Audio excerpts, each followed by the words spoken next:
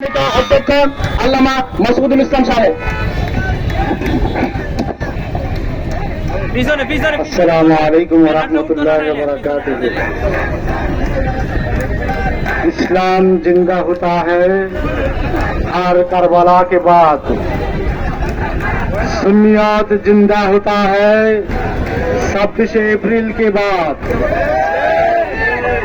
आज के 26 এপ্রিলের গণজোয়ার দেশের প্রশাসন বলেন, দেশের জনগণ বলেন, দেশের একটি মহল বলেন, তারা হিতাহিত জ্ঞান হারিয়ে ফেলেছে।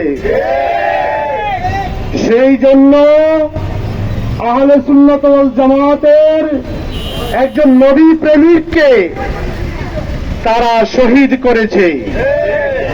আল মুসলিম আখুল মুসলিম, এক মুসলমান আরেক মুসলমানের ভাই। আজকে আপনি যে মতাদর্শেরই হন না কেন, আপনার একটু কষ্ট হওয়া উচিত। প্রশাসনের ভাইদেরকে বলবো, যদি আপনার বিবাহ ইমাম সাহেব পড়ান, আপনার বাবার জানাজা ইমাম সাহেব পড়ান, আপনার ছেলেকে মেয়েকে পবিত্র কুরআন শরীফ শিক্ষা দেন এই ইমাম সাহেব। আজকে শুধু আমার রইসুদ্দিন ভাইকে শহীদ করা হয় নাই, সারা বাংলার ইমাম সমাজকে শহীদ করা হয়েছে, সারা বাংলার আলেম সমাজকে শহীদ করা হয়েছে। শুধু আমরা এখানে আহলে সুন্নাত ওয়াল জামাত, সুন্নি জামাত এখানে দাঁড়িয়েছি এটাই নয়, আজকে সারা বাংলার মুসলমানদেরকে শহীদ করা হয়েছে। এই রইসুদ্দিন ভাই ফিলিস্তিনের পক্ষে কথা বলতে গিয়ে একটি মহলের গাত্র দেওয়া হয়ে গেছিল। আজকে আমরা দুঃখিত ব্যথাতুর, কারণ সেই দীর্ঘদিন আগে আমাদের হৃদয়ের মণিকুঠায় যিনি ছিলেন নুরুল ইসলাম ফারুকী রহমতুল্লাহ আলাইহি, উনাকে শহীদ করা হয়েছিল। আমরা আজ পর্যন্ত সেই হত্যার বিচার পাই নাই।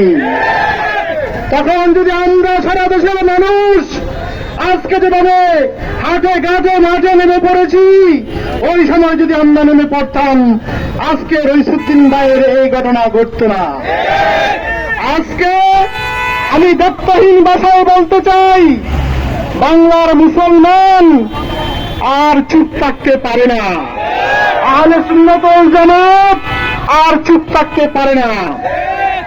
আমরা সবাই জানি বাংলাদেশের 80% মুসলমান সুন্নি জামাতের লোক, কিন্তু আজকে অত্যন্ত দুঃখের বিষয়, মানুষ অথবা রাজনৈতিক দল অথবা যে কোনো ফেরকা আমাদেরকে মূল্যায়ন করতে জানে না, মূল্যায়ন করে নাই।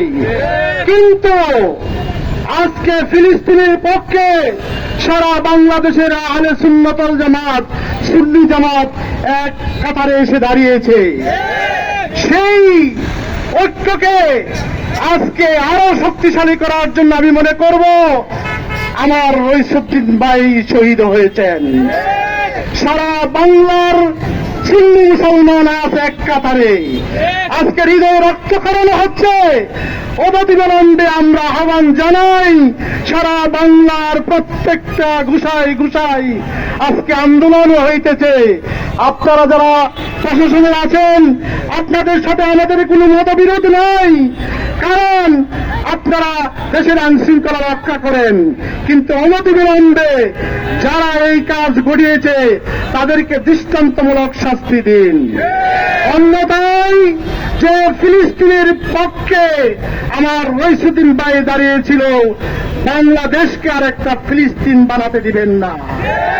ফিলিস্তিনে আমাদের শিশু জনতা যেভাবে তাদের স্বাধীনতার জন্য অকাতরে বুকের রক্ত বিলিয়ে দিচ্ছে, আমরা